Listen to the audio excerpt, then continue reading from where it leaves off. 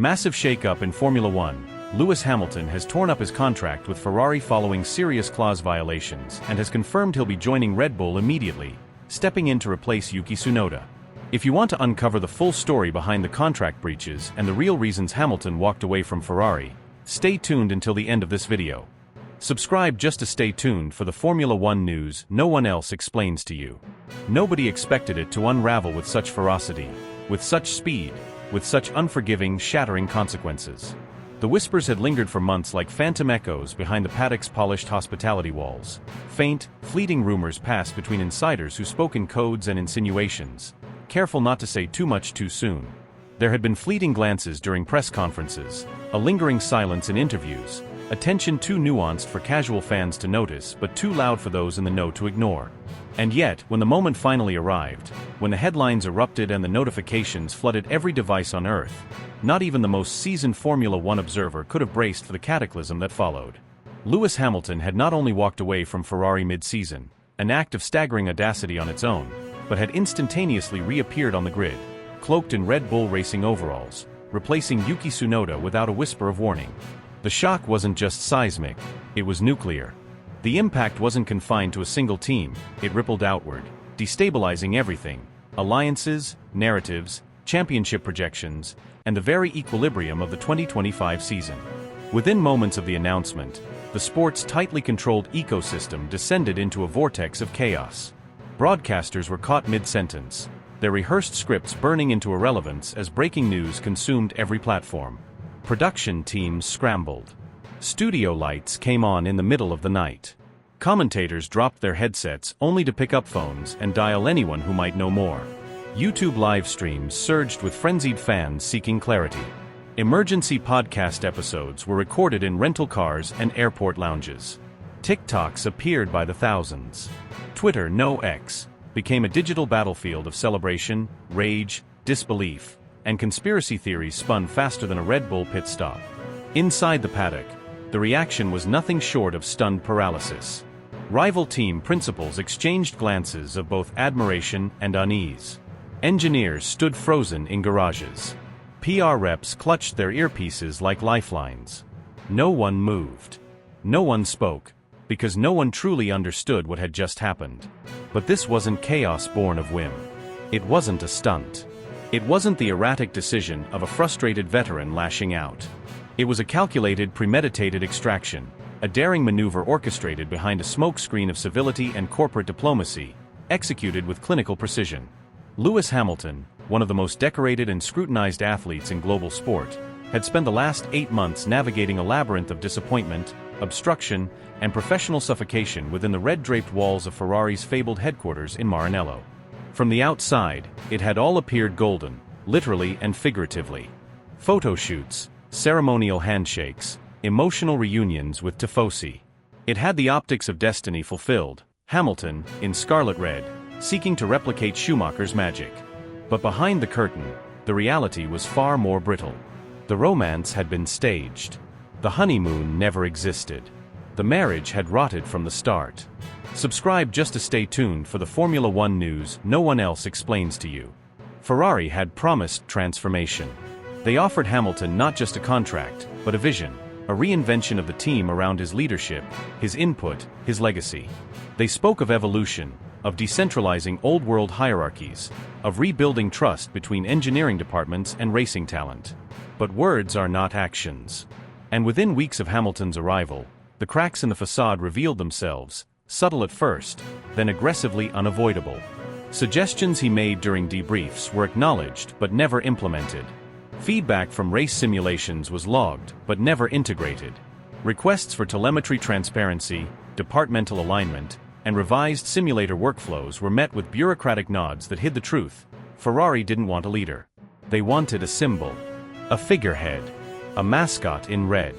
Hamilton, ever the competitor and never the puppet, refused to be ornamental. He pushed. He questioned. He challenged not out of ego, but necessity. And for every challenge, he met passive resistance. Decisions made without him, meetings held in his absence, feedback loops closed before he could contribute.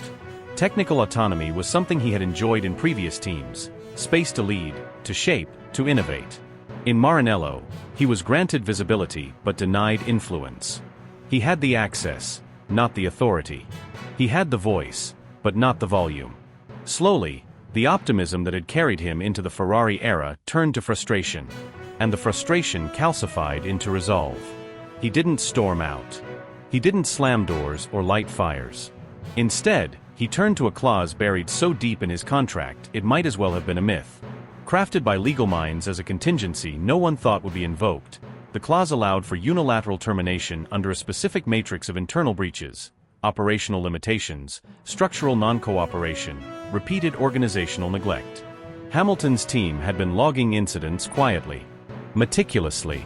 Every ignored memo, every contradictory directive, every failed integration of his feedback. When the threshold was reached, they acted. With stealth, with timing, with precision. The exit was not just executed, it was weaponized.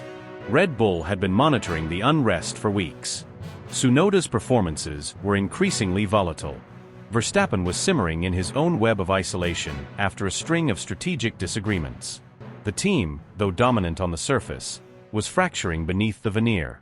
The moment Hamilton became available, a chain reaction began.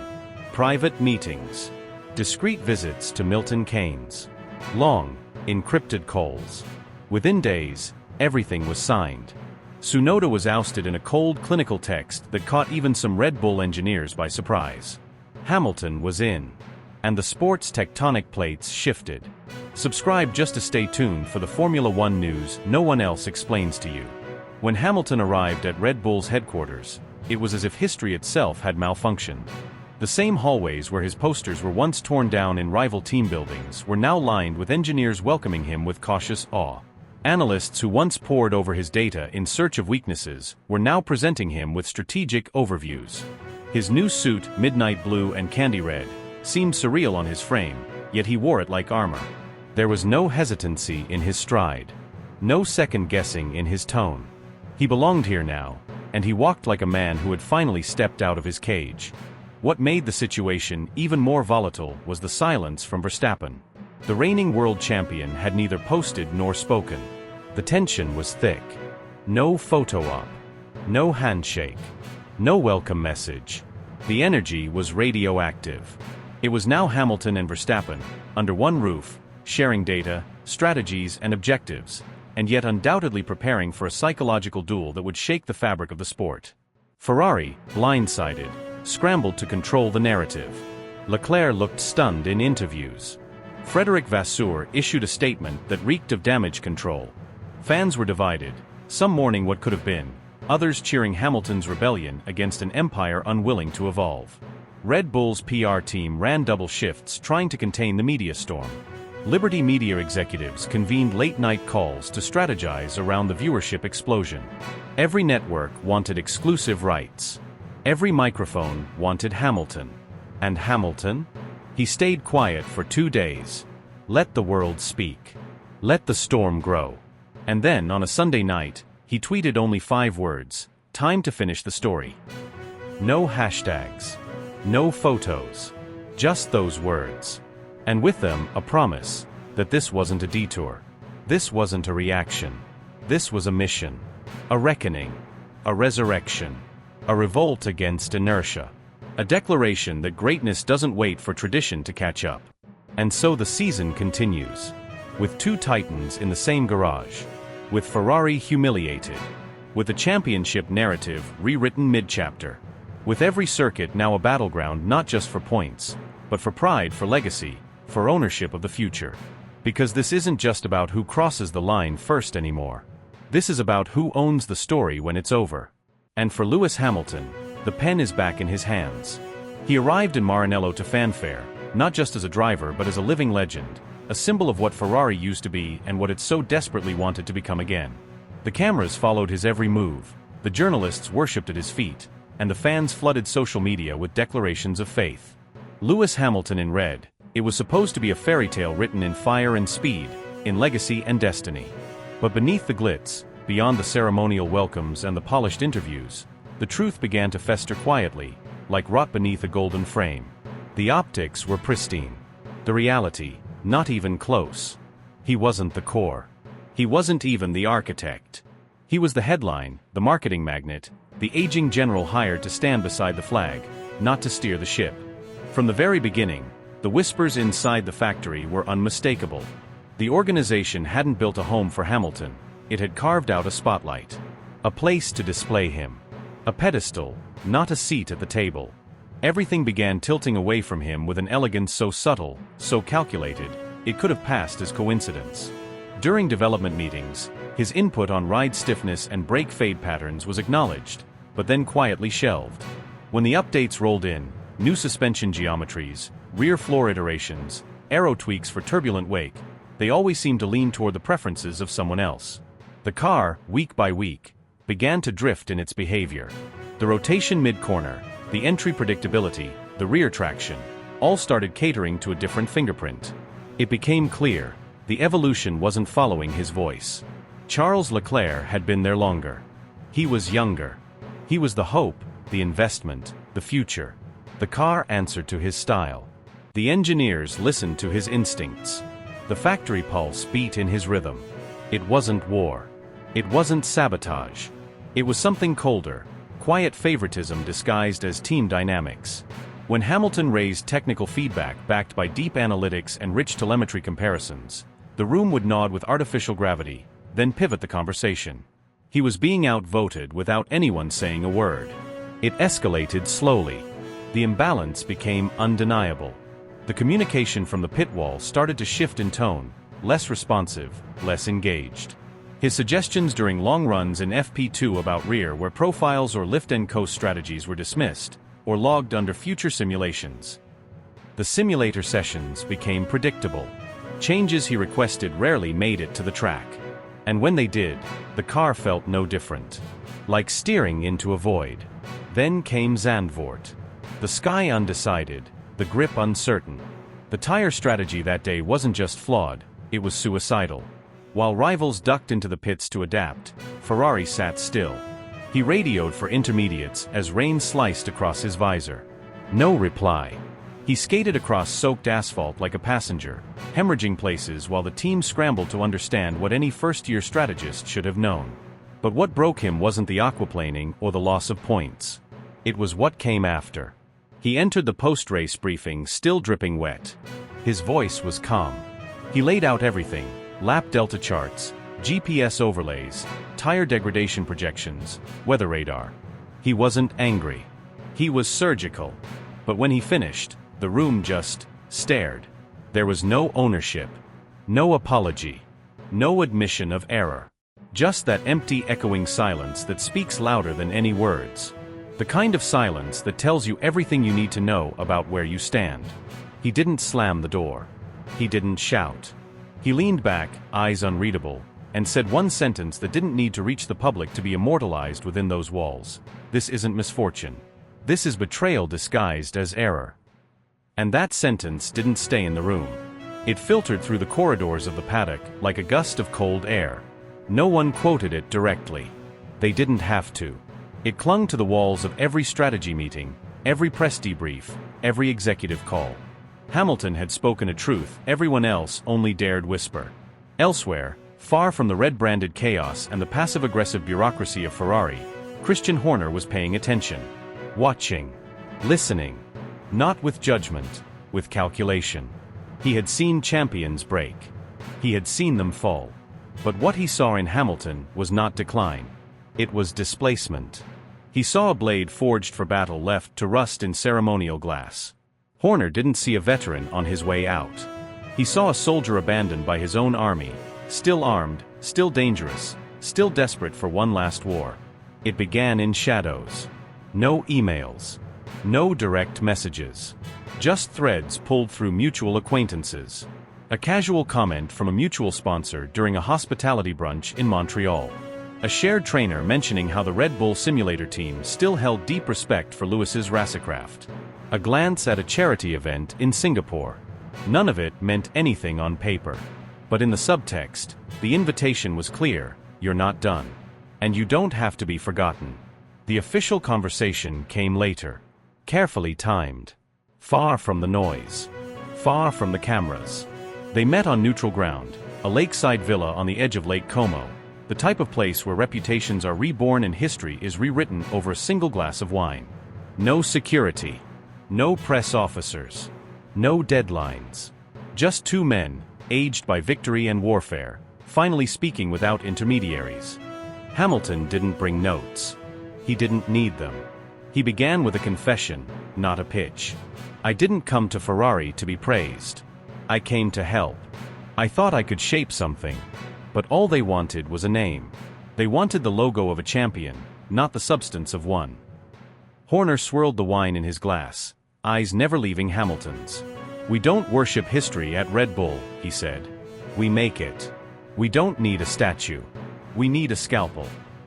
Hamilton didn't smile, but something in his shoulders shifted, like someone exhaling after holding their breath for years. They spoke for hours.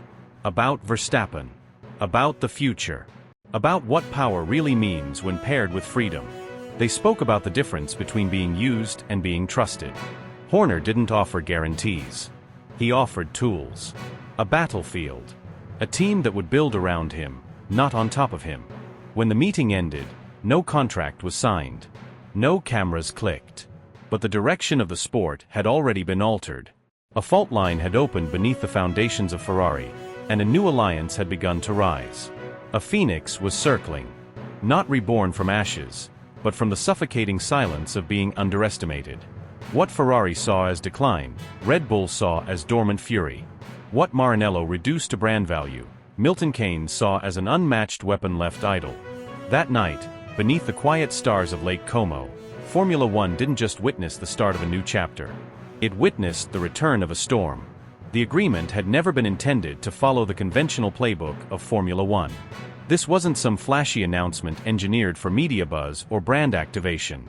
It was a masterstroke executed in silence, a covert operation designed with the precision of espionage. It didn't pass through agents or middlemen. It bypassed legal firms and PR departments. The entire operation was sealed beneath layers of quantum encryption, exchanged only via heavily secured devices, hand-delivered in private jets, and decoded in hotel rooms where blackout curtains had been drawn even in the daylight. Only 3 people in the entire Red Bull racing organization had full access to the final clauses.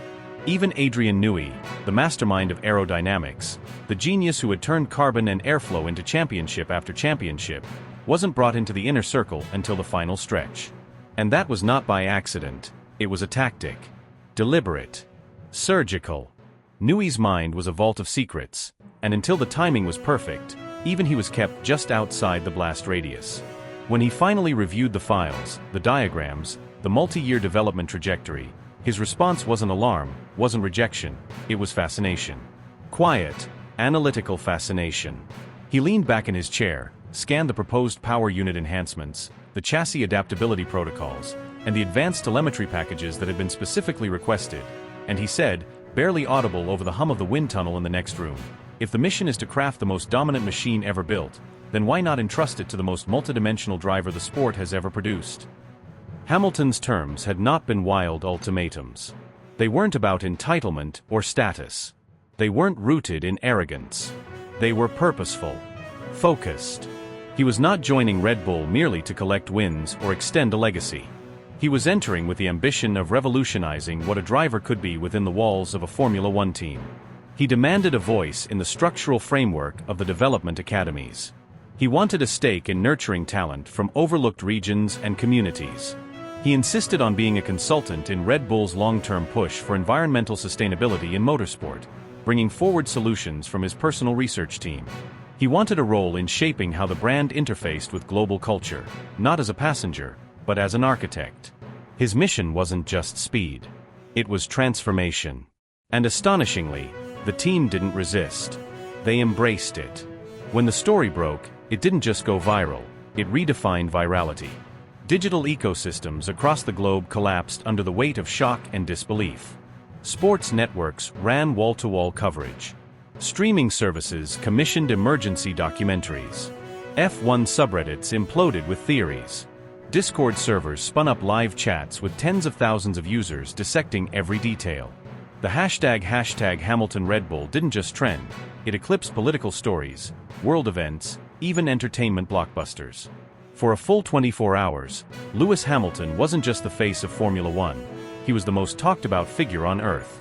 And yet, amidst the celebration, inside the walls of Red Bull Racing, the tremors of fallout were already beginning. Max Verstappen, the dominant force who had molded the team's DNA in his image, was prepared, intellectually. But emotionally, it landed like a sucker punch. His identity had been tethered to the machinery, the culture, the structure of Red Bull since adolescence. He wasn't just the lead driver. He was the project. The prodigy who had delivered on every promise. In the privacy of a glass-walled briefing room, he looked Horner in the eye and asked the question that had been eating at him since the rumors first emerged. Are we still here to win races, or are we selling a story? The reply was measured, polished. Horner spoke of evolution, of legacy building, of staying ahead in a sport where static means defeat. Helmut Marko added reassurance, talking about complementary strengths and mutual growth. But the answer didn't soothe the internal storm Verstappen was feeling. He left without another word, retreated to his private compound, and spent the next 72 hours in deep consultation with his legal team. Not for drama. For options. For leverage. Exit clauses. Transfer mechanisms. Performance metrics that could trigger renegotiation. Audi's name was spoken aloud. Mercedes, too. No doors were shut, because Max no longer felt like he was in the driver's seat, not metaphorically, at least. Inside the factory, everything changed. The air was different. Collaboration, once fluid and seamless, became cautious. Engineers who had operated as a single unit were now walking tightropes. Hamilton's arrival had bifurcated the process. Two styles. Two schools of thought. Two radically different driving philosophies that were now colliding in wind tunnels, simulator rooms, and design labs. Development teams began operating in dual mode. One camp focused on tailoring the car to Hamilton's legendary smoothness, his finesse under braking, his control on worn tires, his sensitivity to micro-adjustments in traction. The other recalibrated their approach around Verstappen's raw aggression, his ability to hurl the car into corners with surgical recklessness, to extract milliseconds through force and instinct. Suspension designs conflicted. Aero maps diverged. Power delivery simulations split. The computational models began requiring double the processing time, as AI engines ran parallel setups with opposing datasets. There were whispers in the analytics wing that they were essentially designing two RB21s within the same chassis. Even the physical environment reflected the schism. The garage was restructured. Hamilton's integration meant additional infrastructure, his own crew of physiotherapists, biometric specialists, brand liaisons, and even a chef who specialized in hyperclean nutrition. The race weekend schedule was restructured. Press duties were doubled. Sim environments were mirrored. Where there had once been unity, now there was parallelism, like twin galaxies orbiting the same star but never truly colliding. The paddock could feel it. The tension. The anticipation. The drama simmering beneath every interview and sideways glance. Journalists circled like vultures, ready to report on every smirk, every cryptic remark, every delay in pit release. Team members stopped sharing jokes in the common rooms. Engineers began triple-checking each other's data, not for quality control, but out of a growing mistrust. And yet, in the eye of the storm, performance surged. The car responded. Somehow, the contradiction was yielding progress. By pushing against each other, Hamilton and Verstappen were forcing innovation. New cornering models were discovered. Brake cooling configurations that hadn't existed in the previous design cycle suddenly proved viable. The clash of ideologies was producing hybrid solutions, agile yet stable, fast yet efficient. Lap times dropped. Wind tunnel tests set records. Simulation runs exceeded all previous projections. But at what cost? In the silence after each debrief, in the tension of every strategy meeting, one unspoken question grew louder and louder among those who knew better than to ask it out loud. Can a team divided by two champions survive long enough to be remembered as the greatest? Or was this the beginning of something beautiful, or something destined to implode? The Formula One paddock had transformed into something unrecognizable, no longer just the heart of high-octane competition, but a boiling pot of tension, politics, speculation, and raw human psychology. The atmosphere was suffocating, not with heat or noise, but with anticipation so thick it weighed down on every team principal, strategist, and journalist walking the grid. It wasn't just the upcoming Grand Prix that had people whispering in hushed voices behind team motorhomes. It was the slow-burning drama unfolding between two of the sport's most iconic figures. And unlike previous rivalries that had burned fast and bright, this one was spreading like wildfire underground, subtle but unstoppable, and infinitely more dangerous. Every seemingly innocuous action became a chapter in the unfolding epic. The way Max Verstappen stood during a group photo, his shoulders turned slightly away from the camera, sparked endless debate. Was it just a coincidence or a deliberate message? Was it body language loaded with disdain, or simply exhaustion after a long media day? When Lewis Hamilton exited a strategy meeting 2 minutes earlier than expected, rumors swirled like storm clouds. Was he frustrated? Was he sending a silent warning to Red Bull? Had he just heard enough? When Horner was seen laughing with Verstappen after FP2 but barely acknowledged Lewis with a nod during the same session, people took screenshots, slowed the footage, and turned it into digital scripture, each interaction interpreted 100 different ways across fan forums and sports networks. The intensity wasn't artificial. It was authentic, and it was alive. What made the tension even more potent was Hamilton's refusal to engage with the drama publicly. He didn't speak. He didn't tweet. He didn't post cryptic messages or likes that could be read into. He gave the circus absolutely nothing to work with. And in doing so, he gave them everything to talk about. Instead of feeding the noise, he vanished. Not metaphorically. Physically. Gone from press conferences. Absent from dinners. Nowhere to be seen on the streets of Monte Carlo or the celebrity-packed parties following the race. He retreated to a secluded, wind-swept region high in the Austrian mountains, far from the media's reach and nestled just a short drive away from the Red Bull Athlete Performance Center. The move wasn't for optics. It was for reconstruction. Not just of the body, but of the mind. Lewis didn't need a vacation. He needed a metamorphosis. And he chose the most isolating, unforgiving environment possible to do it. Away from distractions, surrounded only by snow, silence, and science. In this frozen monastery of performance, he set about not only rebuilding his physical form but sharpening his mental edge to a degree even those closest to him hadn't seen since his earliest championship campaigns. And more intriguingly, he wasn't spending his time reviewing his own data or experimenting with new race lines. He had a different target entirely.